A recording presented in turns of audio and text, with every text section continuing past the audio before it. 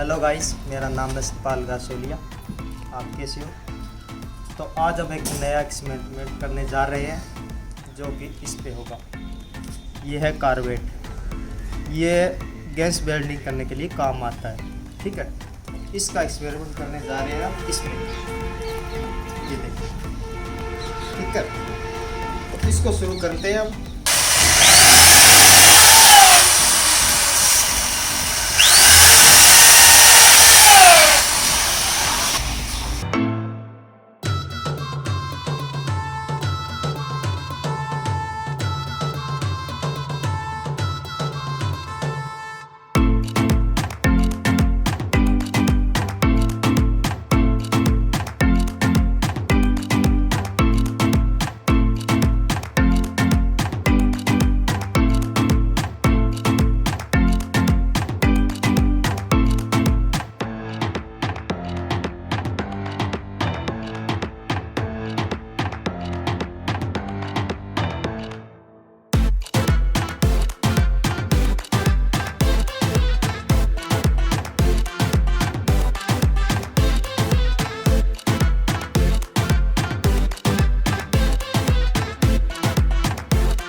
पानी लिया है इसमें और ये हमने कार्बेट लिया, इसमें हम डाल दें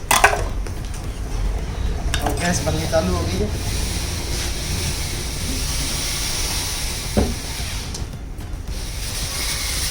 अब लगा देते हैं इसका हम ढक्कन। तो अब करते हैं रेडी, इसको तार लगाते हैं लाइट में।